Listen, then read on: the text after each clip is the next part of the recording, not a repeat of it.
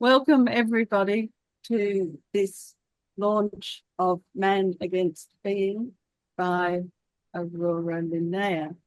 And it's fabulous to have you here. So let me just thank you and begin with a welcome. We respectfully acknowledge the wisdom of Aboriginal and Torres Strait Islander peoples and their custodianship of the lands and waterways. The countries on which Spinifex offices are situated are Jiru, Bunurong and Wurundjeri, Wadawurrung, Bundungara and Noongar. We also acknowledge the many women throughout history who have fought for women's freedom and the freedom of lesbians, often at the cost of their lives. So today, Lierre Keith is launching Aurora's book. Yes, and you can see it there. Lierre is the author of 7 books, including The Vegetarian Myth, Food, Justice and Sustainability, and it's been called the most important ecological book of this generation. She is co-author with Derek Jensen and Max Wilbert of Bright Green Lies, How the Environment Movement Lost Its Way and What We Can Do About It. She is the founder of Wolf, and you'll see Wolf written across her chest. Wolf, Women's Liberation Front, a radical feminist nonprofit which is suing the state of California on behalf of women forced to share prison cells with men. She lives in the Redwoods with an enormous pack of enormous dogs. Welcome, Lierre. Well, thanks for inviting me. I feel quite honored that I was asked to present a little bit on this book. So let me get my PowerPoint up and running. And we're going to hit share screen. And then we're going to hit that. And hopefully that works. There. All right. This book, it's basically a descendant of both Mary Daly, Gynecology, and Susan Griffin's Woman in Nature. And coming from me, that's about as high praise as you could get, because those are 2 of my favorite authors ever and absolutely foundational to radical feminism as we know it. And I feel like Aurora has just taken the ball and run with it in a really amazing way. So this is the beautiful cover of the book. And this is the table of contents. I'm just going to give you an overview of what you can expect if you read it. So her basic thesis is that men hate, and I shouldn't say men. She uses the word man, and she does that very specifically. So I'm going to try to use the same language. So man, meaning men as a class, and their whole framework that they've created under patriarchy. So that's man, which is different than individual men. And I get that distinction. So I'm going to try to use man the way that she did. So man is horrified at the idea that he's alive because someday he might die, and also he feels very powerless at this. And so instead of embracing the joys and the sorrows of the human condition, you have these patriarchal cultures, including ours, where everything that reminds him that he might one day die and that he has a vulnerable body sets up this tremendous response where he has to try to deny it, other scapegoat the people who are in a subservient position, who then become the bearers of mortality and of life and of the material. And then of course, this battle is never over, because of course you can't deny reality. At the end of the day, we are all material creatures and we are all going to die. So he's horrified at his body. And so she uses all these different examples of it in a very compelling way to show that just across the culture, and this is around the globe, it's not even just Western culture, how man has this horror that he's alive, and how much he really hates it. And then the second part of this is called Severed Heads Forever, and that's about the sort of Cartesian dualism, essentially, that the mind exists and the body does not. And so once you're split like that, you have to constantly be reinventing that split, because it's not real, but they want it to be, so they keep doing this over and over. And then of course you've got the others, so you have to have the scapegoat who takes on the role of the embodied. and then mastering the body by proxy. So this was the chapter where I felt like it most matched Mary Daly, because in gynecology she saw this pattern that she named the satoritual syndrome. And this is all across the world. When she looked at the horrendous things that men do to women, she saw a pattern. And so she named sort of the 7 different things that are always present when this happens. And I feel like Aurora did something very similar here. And this, she's sort of chalked out the, the different parts of this, the way that they hate the body and the things that they do to physical bodies, their own and others. And she also acknowledges that this is a ritual. She points that out. And so it's very, very, very parallel to Mary Daly. And then life after life, post-embodiment. So this is all the crazy stuff about how we can modify our bodies, how we can trans our bodies, how we can become computers and go live in the internet somewhere, just trying to leave the body as far as we possibly can. And then finally, her prescription for this, how we're going to get out of it, and she calls it resurrectionary feminism. And the end chapter is really, it's worth the journey. It's a hard journey, but the end is so beautiful and so hopeful that it makes up for what you have to endure in the middle, because she gets into the details here, and it's patriarchy, so it's not any fun. But okay, in the urgency of my heartbreak, as a ravaged world succumbs to plunder, and the killing won't slow but only accelerates with the unstoppable surge of years, I write because I want to scream. I want to scream it. Men hate life. By life, I mean the substance of creation, the creatures that men themselves are, their existence as bodies, and the matter from which their bodies are made. Life is being alive on the earth, being an animal, being a body. One finds that what is truest is always rather shocking and painful. Hang on a second. There we go. Painfully simple. It's an oversight to shrink from what is clear to see. So we observe that men have spent thousands of years articulating their hatred for life and acting on it. Men have made themselves clear. Why not take them at their word? So this is another way of saying, when someone shows you who they are, believe him, because they have done nothing for the last 10,000 years but show us how much they actually hate life. So we're not making this up. I mean, I know we get called man haters and whatever nasty things, but Aurora is just, in their own words, showing you, and their own actions, showing you how much indeed they actually hate being alive and other living creatures. So here's a 12th century monk. Worldly future, future death, a worldly life, future death, permanent ruin, worldly life, evil thing, never worthy of love. Life, stupid thing, accepted only by fools. I reject you with all my heart, for you are full of filth. And that pretty much sums it up. So the Christian writers, taking up this theme, breathlessly cataloged the profusion of horrors that made life such a scourge. Dirt, bad smells, flies, fleas, cold, hunger, like on and on and on, poverty, deprivation, disease, injury, aging. So there's just this list of reasons why life is terrible. And this is, fully embraced into Christianity at a certain point, and then, is still with them today. So between the Middle Ages and now, men have given lavish, violent display to their rejection of the life they called stupid, evil, and unworthy of love. They have razed field and forest, felling trees by the thousands, grinding them into sawdust, clearing the land for cities and suburbs and feedlots, leaving the earth scarred, the creatures who once lived in and amongst the trees displaced, the air thinner for the loss of the trees' enlivening breath, and where men have erected cities to house themselves, from the world they abhor, the earth enervates, interred under miles of tons of concrete. Today, the single most abundantly used substance after water. I did not know that about concrete, so that's a lot of concrete, and its purpose is just to cover the earth so nothing can grow. And the oceans are dying. The guts of fish, turtles, and seabirds bloat, clotted with plastic dregs, and countless gallons of unknowable chemicals leach into the soil and into the groundwater, so humans and other animals are born deformed and diseased and rapidly decline. Forests turn arid into timber and catch fire, polar ice melts, the permafrost thaws, so on about how our one and only beloved planet is just being wrecked by this. And as the living world thrashes in its death throes, men intoxicate themselves, placated with self-soothing fantasies of excarnation, ascension, myriad raptures, both religious and technological. They are convinced that they can live without their lives, that they will be better off without them, and the killing continues apace. So I think she's got that pretty well wrapped up.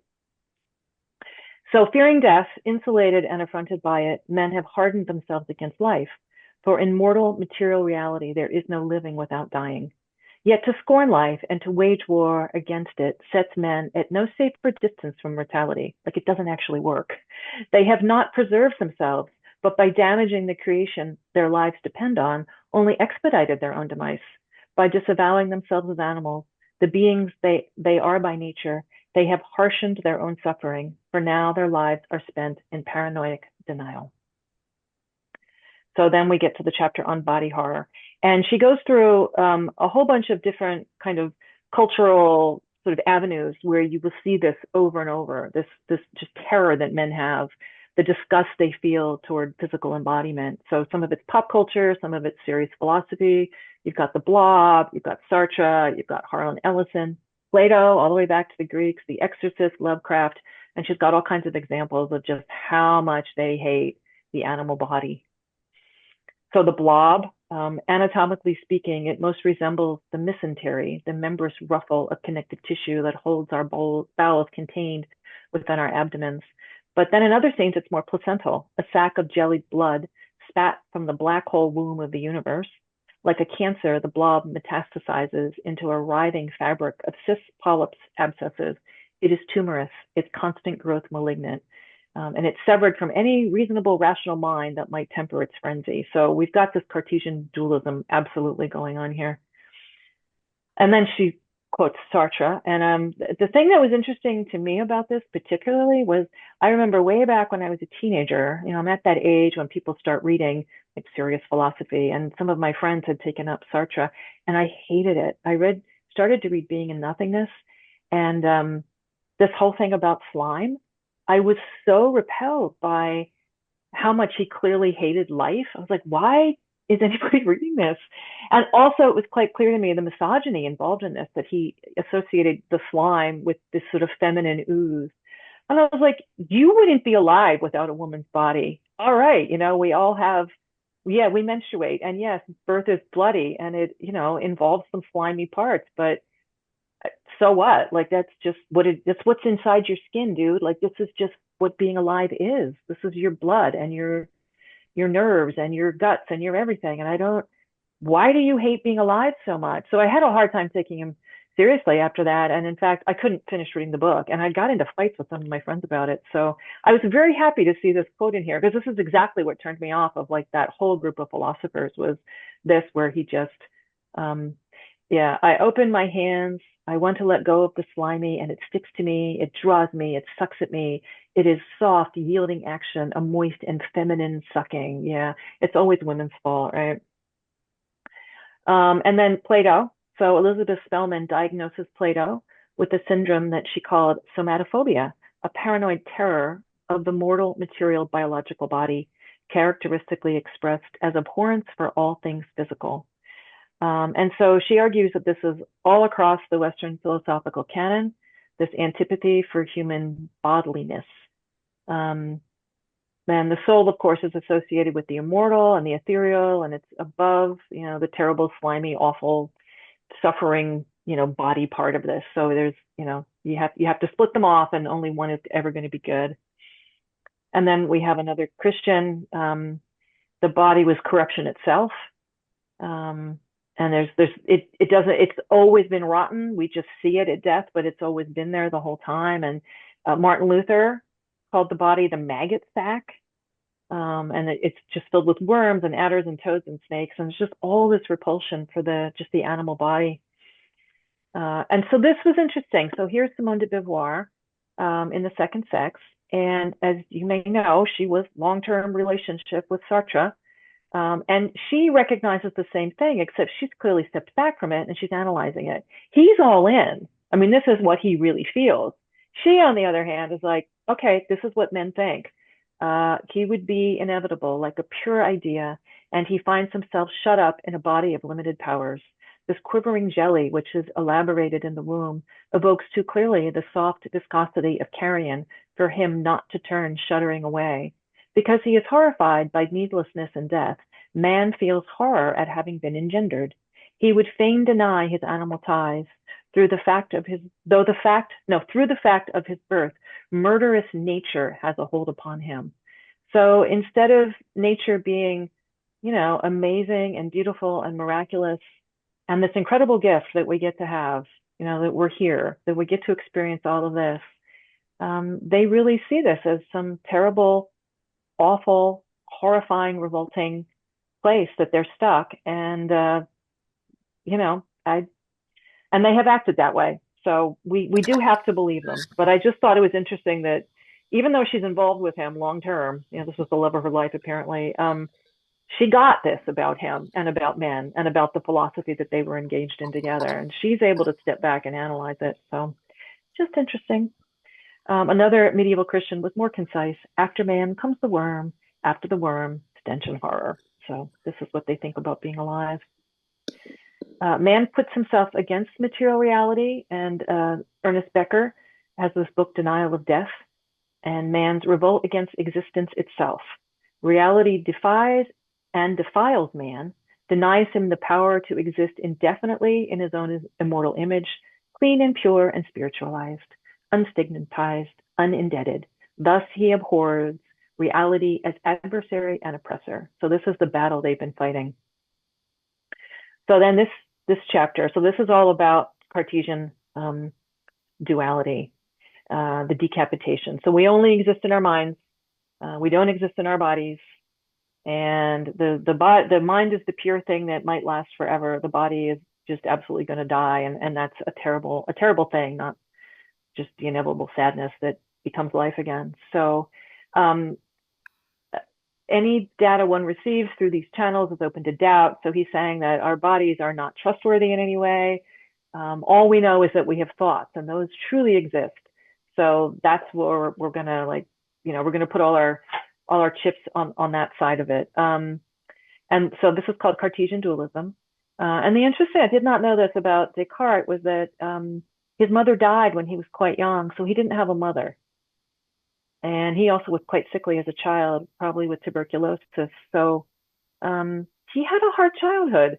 And I found some forgiveness in my heart after reading that about him, that, without that really primary bond of that maternal matrix of love and protection, of course he was going to end up like this. This still is in the rest of the story for me, or like why he ended up hating being alive so much. It was just there. I think there was a primary wound that, if that's not filled at a very young age, I don't think there's not much to repair it when you're that young. So I think he had a hard time, and it's there in his philosophy. So men have to be reborn because they hate that they came from women, and they hate their bodies so much. You will see around the globe all of these horrendous initiation rituals that men put boys through to make them into men. So they have to completely reject the soft womanly body that they were born from, and they have to go numb so he will not cry out when wounded. That's the only way to be worthy. And Aurora goes through, a bunch of pretty horrendous rituals that men do to young boys to get them to become this. And of course, war is the quintessential rite of violence by which manhood is established and affirmed. A glory of violence and slaughter, of savagery and gore. So now this chapter is about all the scapegoating and how the hatred of the animal body is then projected onto women and animals and racialized people and anybody who's considered beneath and other. So here's the dualism: mind, body, spirit, body, essence, substance, immortal, mortal, pure, impure, culture, nature, heaven, earth, good and evil. This is the world that they've set up, the dualism. Ecofeminist Val Plumwood calls patriarchy's mantra of radical exclusion, "I am nothing at all like this inferior other." Radical exclusion dictates what the other is. The self is not. So in the social hierarchy, man has scaffolded the other functions as the material bottom beneath which one cannot sink. And that's, of course, Andrea Dworkin. As a negative reference point, the other provides man with a reliable reservoir of relative self-esteem. If the other is on the bottom, then man gets to see himself on top. Since his self-concept as discarnate, hence undying, hence omnipotently godlike, depends on the other being held low. Man is obliged to enforce the other's debasement and denigration. So then we get into Karl Marx and Freud, and it's basically the same thing. It's by controlling nature rather than being controlled by it that man becomes, quote, human, by which he means superior to an animal. So, the far left does it just like the far right. And then Freud, of course, he wasn't so sure that man could actually master this, but his whole thing was that there's this terrible conflict between civilization and not civilization, and that man has to control all these urges in order to make civilization happen. But there's always going to be this conflict in our minds because we're at war with ourselves between these terrible urges that we have and the sort of better, higher way that we want to try to be. So the animal drives have to be mastered through repression and sublimation. If we let them have their way, they would infallibly bring us to ruin. And this is really what he thinks about human beings. And then there's the Buddhist counterparts, and it's exactly the same thing. It's filth, and it's decay, and it's worms, and it's all evil, and the women are even more detestable than they are, is the punchline to all of this. So it's no matter where you go in patriarchy, it's the same story. So mastering the body by proxy. So these are the rituals of control and punishment that are inflicted on women, on animals, and that men do on themselves. And this chapter I thought was very, she's got some very good points here that I wish feminists would make more. I was very impressed with this chapter as well. So first of all, to ritualize, and I think that that's important. By the rituals he invents and executes and repeats obsessively, man labors to reconfigure reality. Joseph Campbell defined ritual as, quote, the enactment of a myth, the practice of bringing a myth to life, lending it concrete presence in the world through methodical, purposeful, symbolically significant actions. That's what they're doing every time they commit these horrors. They're reenacting that myth. So he's trying to make real this sacred myth. And of course, it's escalating violence. The compulsion to overpower the mortal material body, twisting into a bitter urge to punish it for its crimes against him, as he grows increasingly desperate to believe in the fantasy to which he has hitched his salvation. So she has this list, and this is where I think it really is sort of parallel to Mary Daly: the mortification, mutilation, humiliation, consumption, replacement, torture, and annihilation. So this is the progression of it through the course of patriarchy. And these are the rites that he performs, and he does this obsessively, and he has been doing it for thousands of years. And we see the glorious results around us. We've got a half-dead planet, so we need to take him seriously. This chapter is, of course, hard to read because you're going to read about torture and rape and, a bunch of really hard stuff. So I won't lie to you there. She doesn't pull any punches, but we do have to face this. And I think that her framework, I think, is quite sound and really I think will be helpful to radical feminism going forward. So then we have all these ridiculous fantasies that they have now about how they're going to get out of their bodies, or you can surgically alter your body so much that it will finally fit your fantasy, which is absurd because, of course, humans are not made out of Lego blocks. You can't do this. But then, ultimately their goal is to go live in computers and conquer the universe through that. So the self uses the body, the self controls the body, the self communicates through the body, but the self never is the body. I was like, this is so perfect. The two remain forever divided and estranged. So because it preserves the dualistic structure, the body as avatar model that informs the rhetoric of body mod, quote, empowerment, neither transgresses nor rages against mainstream patriarchal ideology, but in fact reinforces it, regardless of how superficially unconventional the chosen aesthetic may be. So in reality, the pierced, tattooed, scarred, implanted, branded, cosmetically nipped and tucked body symbolizes a selfhood in lockstep submission to man's somatophobic alienation from biological reality. This is a perfect paragraph. She's completely nailed it. And then the edgy reinvention of dualism inaugurated by the 1990s body mod craze is in the midst of a renaissance, locked into place now as transgenderism's guiding theory. The transgender person, we are informed repeatedly and with evangelical zeal, has suffered the cruel misfortune of being, quote, born in the wrong body. This individual's body is wrong because it is one sex, male or female. while the individual's interior true self is the so-called opposite sex. The interior sense of one's sex is named gender identity and enshrined as integral to the true self, to whose expression the biological body is an unfortunate impediment. And this is the exact problem with everything else that's wrong with transgender ideology. This, to me, has always been the main problem. And I don't know about the rest of you, but I have felt such tremendous grief at the amount of just the hatred of the human body that is involved in this movement. Like that they are willing to mutilate the bodies of even pretty young kids. How much do you hate being alive that you just want to remove their capacity for sexual function and destroy their reproductive organs before they're even mature?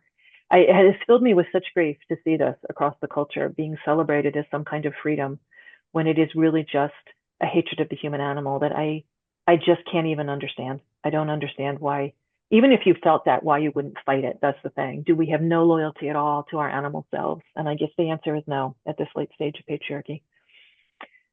So he has to cast off his corporeality. So freed from our frail biologic form, the artificial intelligence will move out into the universe. And so there's going to be this fathomless, formless, unbounded, absolute intelligence. His return to matter only to invade it mercilessly, no longer restricted to any one static form or vessel, but suffusing all things, colonizing the substance of creation. And in this way, he enlivens the universe with intelligence, which shall be the redemption of matter itself. This is brilliant. She's exactly right about what these men are trying to do. The universe is dead to them.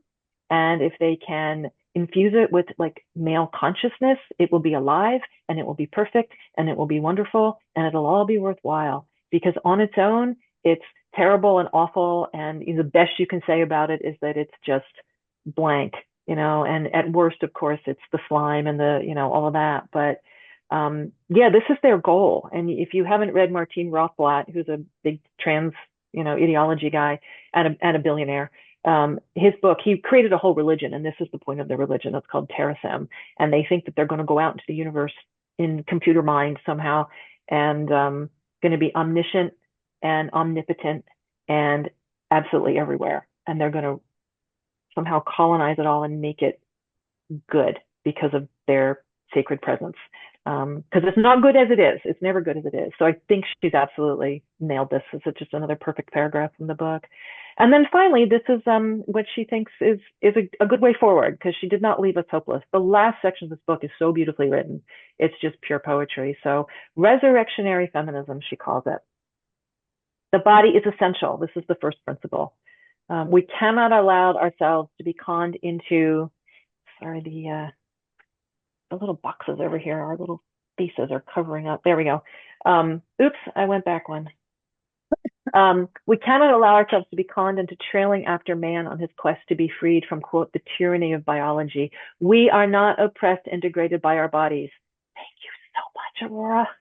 But by the regimes of delusional men who have projected dread bodiliness onto women as they thrashed vainly to escape themselves, holding us captive, sequestered on reserve to serve as their scapegoats, fodder for patriarchy's murderous role-play game of immortal male mastery over material reality. I think she's exactly right. Okay, so then she quotes Jane Caputi, and let's see, I need to move the pictures again. There we go. Caputi calls for a rekindling of goddess mythologies. This is an enduring favorite within feminist circles for obvious reasons, as a way for human beings to know and understand cosmic processes of thought, creation, and destruction. And she makes a very good point here. The troubling implication therein, however, is that human beings have no way of understanding these processes without recourse to our own inventions. It is inconceivable that we might grasp the living world directly by experiencing it, by simply being in it and a part of it, alive and alert, feeling, listening.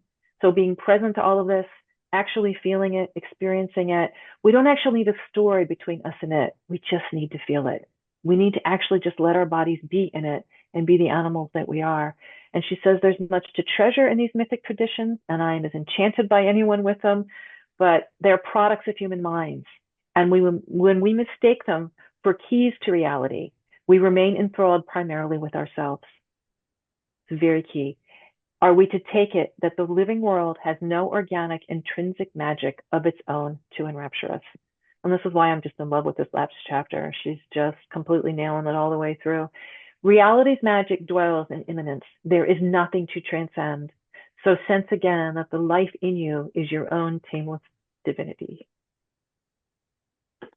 And she calls us to radical empathy. So accepting ourselves for the vulnerable bodies we are, we can feel our way out of numbness and back into an awareness of corporeality as the basic fundamental condition shared by all earthly creatures. So we're all kin in this. We're all alive. We're all sentient. We're all part of each other. The resensitization to the unity of the living world beckons us back to our native grace. The empathetic urge to care begets an instinctual morality, its principal source not from any handed down catechism, but from the capacities of our sentient animal bodies. What is needed is a willingness to feel without inhibition, fostered by a humble praxis of attention and responding with care to the world as we encounter it.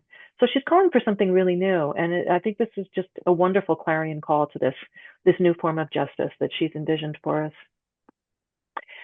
But, you know, she's not forgetting that things are bad here. What is necessary then is to name the killers, the rapists, the engineers of mass desecration. It is necessary to diagram the machinery that the destroyers have instituted, every mechanism that has enabled them to be as viciously, efficiently industrious as they have been in their devastation of the world. Once we have studied that system's daily operations and its equipment, once we understand how it functions, how it is maintained, then we will be ready to put our empathy to work. So it's not just about sitting around and feeling, you know, the beauty of the world. We have to fight for it. We have to fight for it before it's too late. So this is her plan. First, we refuse to collaborate. So to the fullest extent possible, we remove ourselves from participation in the misery industries, no longer living in collusion with the master class. Second, provide sanctuary to the wounded. We shelter the victimized, tend to their injuries. We don't leave anyone behind. Yet there is a crucial difference between tending to the wounded and ending the war. So third, empathic action is directed towards the slaughter itself, to abort atrocity rather than chase after it, laboring to palliate the scorched earth in its wake. Nothing less than organized political resistance will serve. So radical empathy's imperative then is plain, stop the war. So that's it. Wow. Thank you, Lierre. That is a brilliant summary of what is a very complex book, actually, and a wonderful book. And I agree with you that Aurora is kind of a descendant of Mary Daly and Susan Griffin. That's fabulous. So now it's my chance to introduce Aurora. Aurora describes herself as a radical feminist writer committed to poetic dissidence and uncompromising disloyalty to male dominion. You probably picked up on that during Lierre's talk. She has authored poetry books, poetry chapbooks, horror stories, and zines, and contributes regularly to the media disruptions of women's liberation radio news. In the past, she has served women as a shelter worker and rape crisis advocate. Aurora says she is no longer in collusion with the predator. So over to you, Aurora, to talk about man against being, body horror, and the death of life. Sure. Is my sound all right? Yes.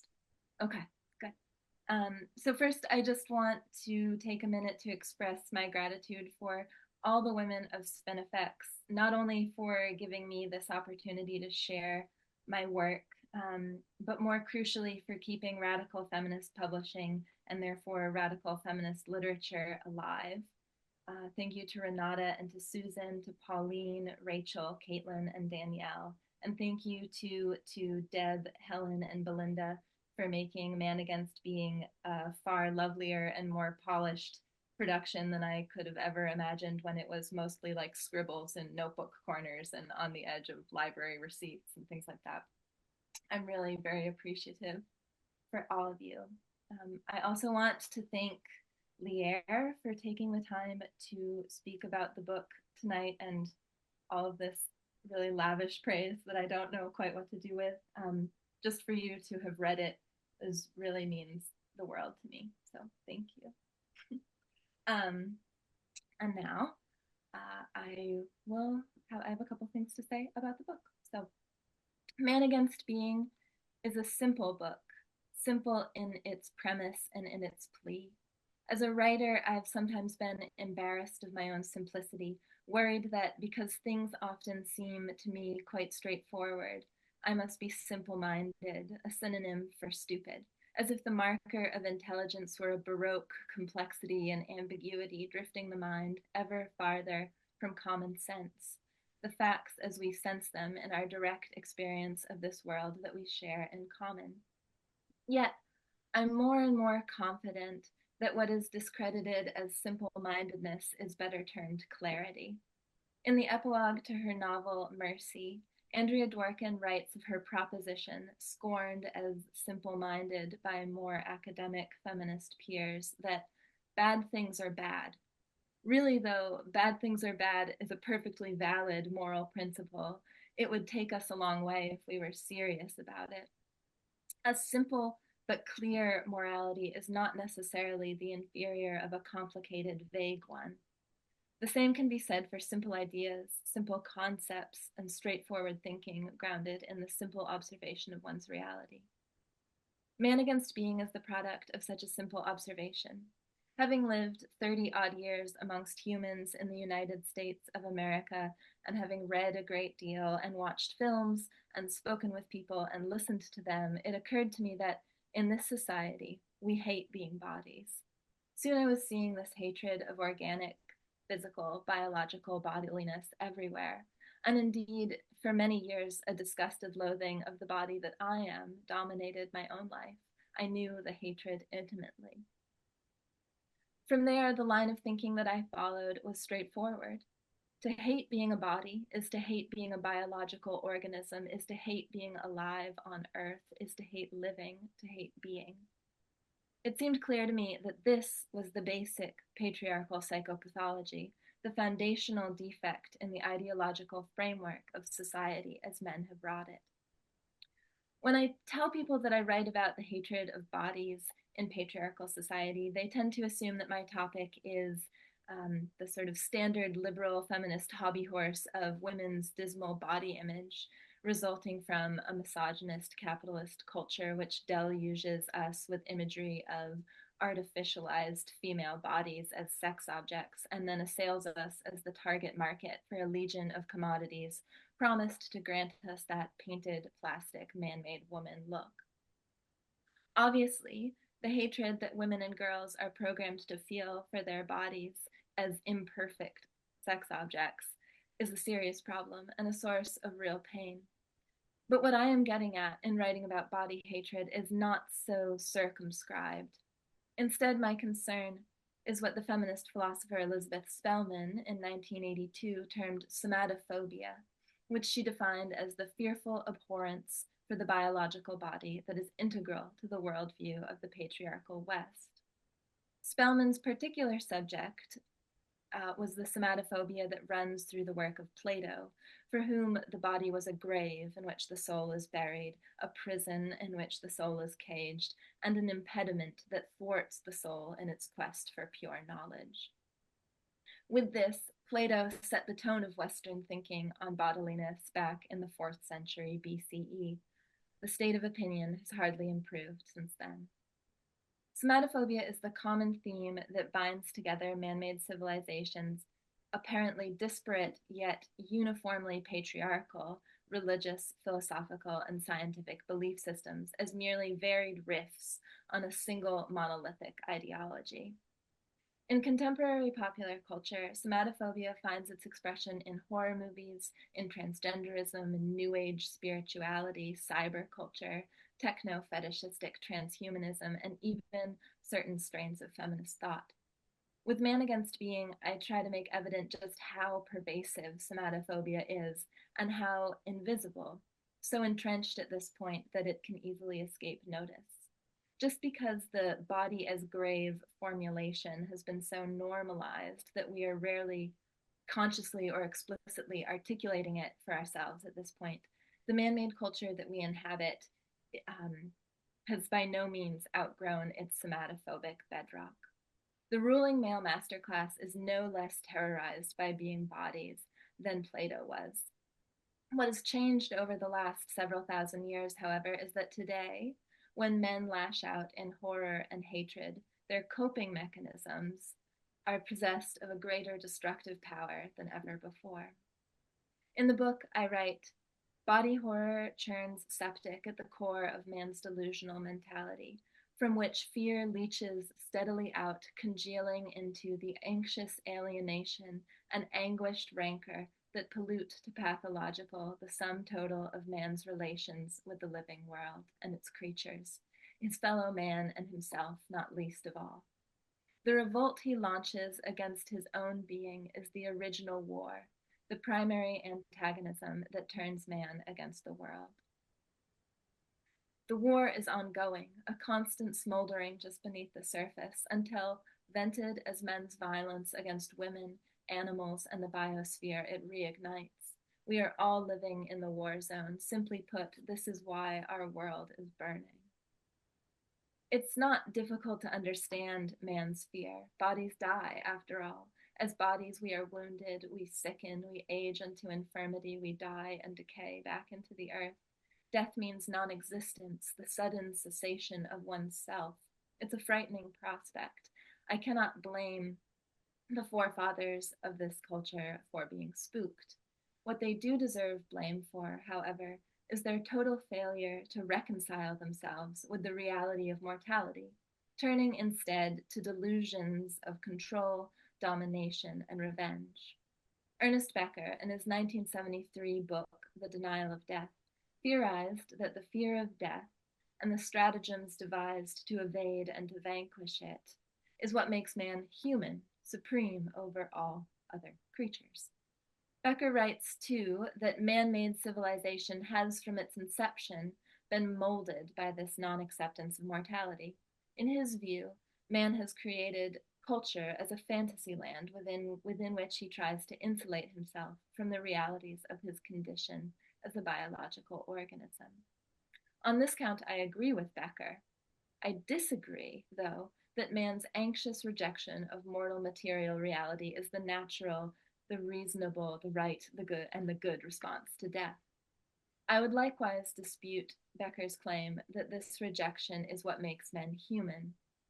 More correct would be to say that it is what has made the male into man as we know him. In other words, manhood or masculinity is an outgrowth of death-denying body horror.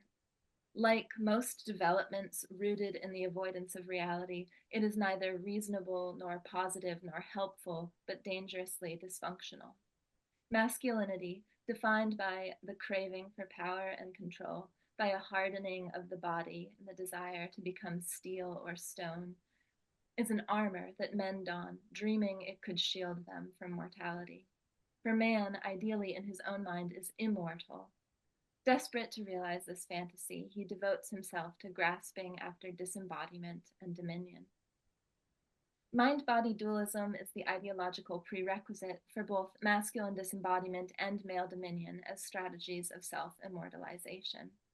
If man means to believe that he'll live on, despite the demonstrable perishability of biological bodies, of which he is one, he must first convince himself that he is in fact something other than the deathly flesh. What he has settled on, as that other thing is the soul or the spirit or the mind, whatever he calls it, it is an immaterial essence figured in opposition to the body, set down at the opposite pole. The logic holds that if the body is mortal, then the soul and mind are immortal. Thus, by identifying himself with the soul or with the mind, man saves his own eternal life. If the first phase of the dualistic defense against death is man's assertion that he is the immaterial, immortal mind and soul, the second is for his projection of the mortal material body onto beings designated as not man or other. Within the Western cultural model that has historically dominated and has metastasized within the last century into a truly global white supremacist capitalist patriarchy, The ready-made others have been non-human animals, women, and racialized peoples. They are used as scapegoats, conscripted to carry the hated body on man's behalf. Their presence, the concrete proof he needs to trust in his own liberation from bodiliness. As proxies for the body, these scapegoated others can also be dominated and abused in ways providing man with a soothing sense of mastery over material reality.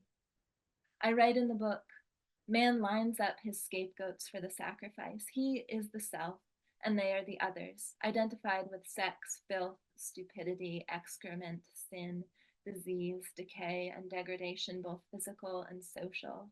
Others become the earthly matter that man rejects, the biological squalor, the dirt, the evil, and the end. They are the deaths man refuses to die. And so man rises, for now he has disburdened himself of the terrible weight that once polluted him, and now he can reign on earth as in heaven, the immortal mastermind over all. So there you have it. That's my theory, very simple, as I said. The ruling fathers of male dominion, unwilling to make peace with mortality as their creaturely reality, have rejected bodiliness, projecting it as a base condition onto others they could overpower and avenge themselves against. By doing so, they have imagined themselves transcendent masters over the earth, above biology, and self-snatched back from nature's murderous jaws. Body horror and the delusional denial of our human nature as organisms festers as the ideological foundation for patriarchal society, the conceptual root of this sick civilization's attendant atrocities and architectures of oppression. Because man hates what he has mutilated life on earth into a hateful ordeal, increasingly unlivable for creatures of all kinds. But what do we do with this understanding, practically speaking? How can we apply it, incorporate it into a daily praxis of living in resistance against patriarchal madness and male violence? As the daughter of two veterinarians, it's my conviction that if we cannot render an accurate diagnosis of the disease, we have zero hope of curing it. What I love about radical feminism is its matchless efficiency as a diagnostic instrument for probing the buried heart of the malignancy known as man-made civilization. If we determine that the causative pathogen is a bad ideology, and its symptoms are multiform male violence accelerating onto world murder, then we can conclude that to become well, to save the world, our task is to purge the contaminating ideology from our culture, a process which will necessarily involve purging it from our own consciousness. If we do not, we will remain vectors of the disease, and we will risk reproducing it in our own strivings toward cultural transformation. Mind-body dualism is therefore to be resisted rigorously. Many of us thrash against the recognition that we are flesh and blood animals and not some mysterious ghostliness temporarily tenanting a corporeal vessel, because we've been trained that to be a body is diminishment and disgrace, degradation to a subhuman state. I'm asking that we slow our thrashing, that we try to sit with the possibility that there is no soul, that consciousness is bodily, that the self you are will not outlast the earthly matter that is your substance, because between self and substance there is no dividing line. Overcoming patriarchal body horror demands that we accept the creatures that we are, which of course means accepting that we will die. Feminists who desire an end to male dominion cannot succumb to the temptations of masculinist immortalism. Any and all dependency on the anodyne delusions of man-made civilization compromises us. Simone Weil wrote, quote, "There is not any love of truth without an unconditional acceptance of death." She wrote, too, even more simply, truth is on the side of death. Death not as in killing, not the necrophilic infatuation with the unalive, but death as in mortal material reality. Somehow, we have to get on its side. Male dominion is a Disney World turned wasteland by fantasies doomed to spoil. So feminists need to live in the real world, wholly committed to reality. For the real world is the living world, and feminism fully realized is a vital revolt against male dominion's vast morbidity. Fully realized, our movement is a loving, lively defense of all vulnerable mortal bodies targeted as man's sacrificial scapegoats. This means everybody, our own bodies, the body of the living earth. All the cruelties that men inflict to degrade, to dominate, desolate, dispossess, and destroy what they call corporeal are to be recognized as male violence and repudiated. Which means knowing that male violence is rape and pornography and femicide, yes, but it's also animal experimentation and also deforestation and militarism and pesticides and nuclear power and nuclear war. Recognizing the full scope of male violence and its roots in body horror, feminism is the choice to live gently, reverent of the shared sensitivity that unites all creatures as kin. And where male dominion is somatophobic, biophobic to the point of mass extinction level suicidality, feminism, fully realized, is a conscious and disciplined delighting in aliveness. I'd like to close by reading from my book again to leave you with the invitation that is all, in the end, that I have to offer. It's an invitation into life as it is, not as men have perverted it, but life on earth in its real yet how unbelievable, material, biological, organic, earthbound beauty, which even man in his wrath has not succeeded in snuffing out. It is a simple thing, but it will take practice to see the world clearly again, to re-enter into intimate relation with reality. Such a homecoming requires the humility to fall quiet. The ecofeminist Dina Metzger suggests a meditation. Allow yourself to be a tree and let that be sufficient. Can you stay still, just be here a while? The blood sea tidal inside you, the thick sap of it, listen. Learn to take your own pulse, fingertips finding your throat's most plain-spoken cleft.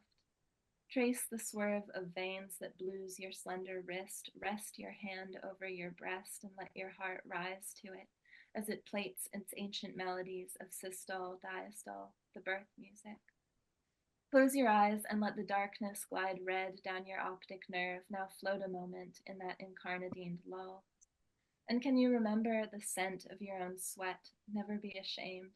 Can you remember the taste of your own rhythmic bleeding, the monthly slick of it glossing warm your fingers or a lover's mouth? Who would dare make you ashamed? Let your own flesh, its wending nerves and venous filigree, its miles of gut held safely coiled, the matrix of womb and marrow, let this lavish profusion of cells become irresistible to you, all that you desire, and worship the simple miracle of your aliveness. Thank you. Thank you. Thank you very much, Aurora. Now I have to sit down and reread your book, even though I've already read it several times. But you know, it's a book with such richness. Does anybody want to quickly say something? Otherwise, we'll pass to Renata for thank yous. Ariel, you need to unmute yourself if you're going to speak, Ariel. Hi, look, thank you for a wonderful synthesis of ecofeminism plus. Absolutely marvelous. I apologize, I had trouble getting into the Zoom and I missed your beginning. So would you please indulge me with just one or two sentences on what is the original moment, the originary splitting moment? What is the reason for that? And I do apologize that I came late.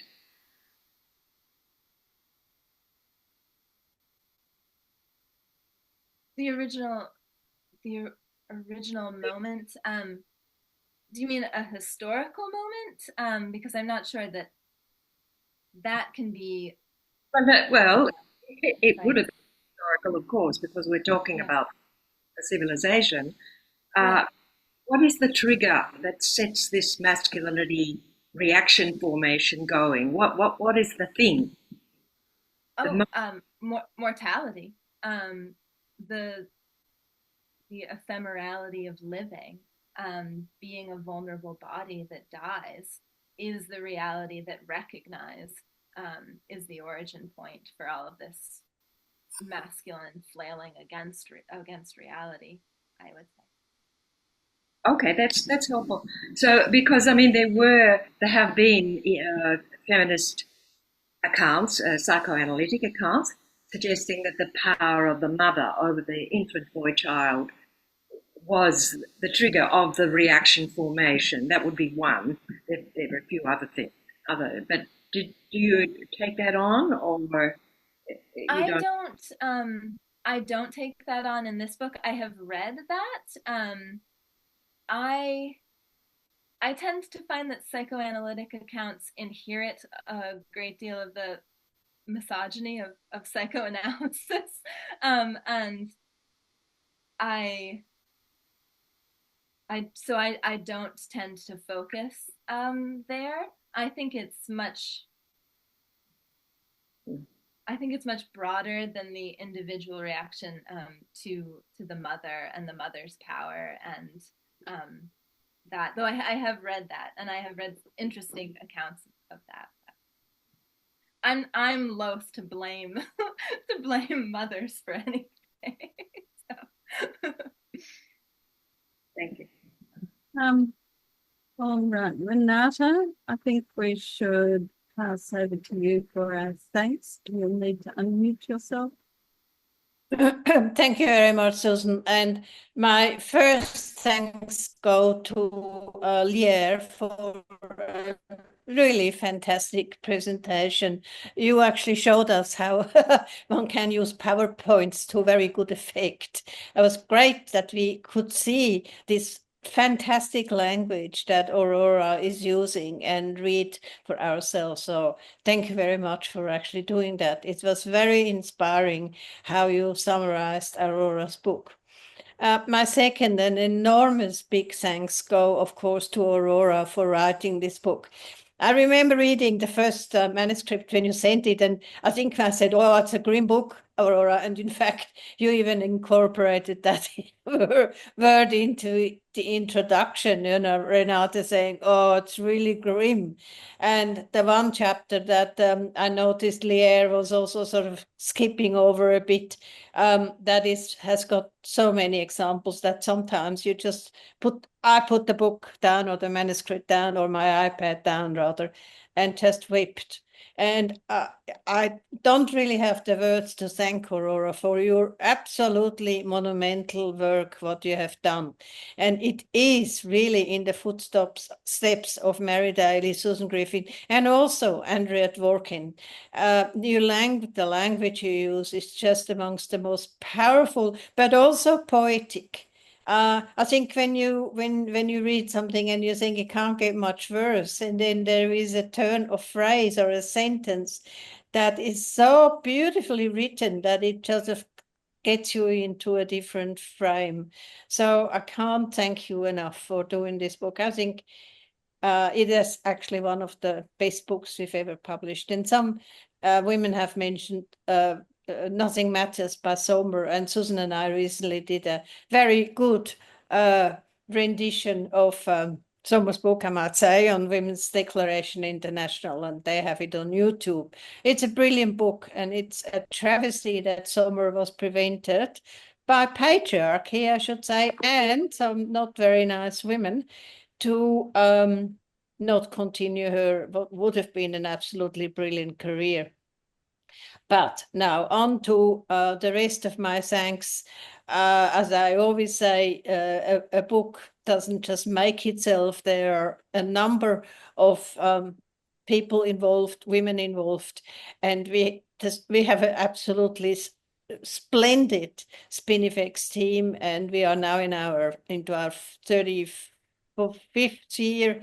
And it's fantastic to be able to continue publishing such great books. So Susan, of course, is, our powerful mother, our powerful goddess, our powerful whatever you want to name her, Tyrannosaurus also. She bosses us around and does so with very good effect. Without Susan, there would not be any Spinifex. Then Pauline, who sadly can't be here because she actually works in a bookshop on Friday. Pauline is a fantastic editor, and we have had many discussions over this book, and of course all books, but this book has just provoked so many discussions, Aurora. You will be pleased of the effect that you had on Susan, Pauline, and I editing your text. It was really mind-boggling, actually. Then Danielle, who has disappeared again. Nothing would happen without Danielle. She sends books out. She keeps us online. She reminds us of meetings, even when Susan and I are hopeless with the times. And then, of course, there is Caitlin, our social media, wonderful social media person who has battles with X and Instagram, and I don't think we've made it onto TikTok, and I don't know if we should, but of course also Facebook. So thank you, Caitlin, for always being there. We are all in different time zones, you might be interested to know, and sometimes that is very funny, and sometimes it is quite difficult. And last but not least is Rachel McDermott, who has to be the best publicist ever and the most friendly, nice, kind woman that always tells us what idiots we are and tries to make it better. And she mostly can. She's also does wonders on our web, and I can't thank Rachel enough for working with Spinifex, and you have done this now for a number of years. That's the best thing about the Spinifex team. We have been a team for a very long time, and we value all of our team. We also value very much our authors, and I just want to tell you that our next launch is going to be the launch of Donna Johnson's book, Shattered Motherhood, and it is about mothers who have lost a child to suicide. So a totally different topic, but incredibly moving, and Donna has written a very powerful book.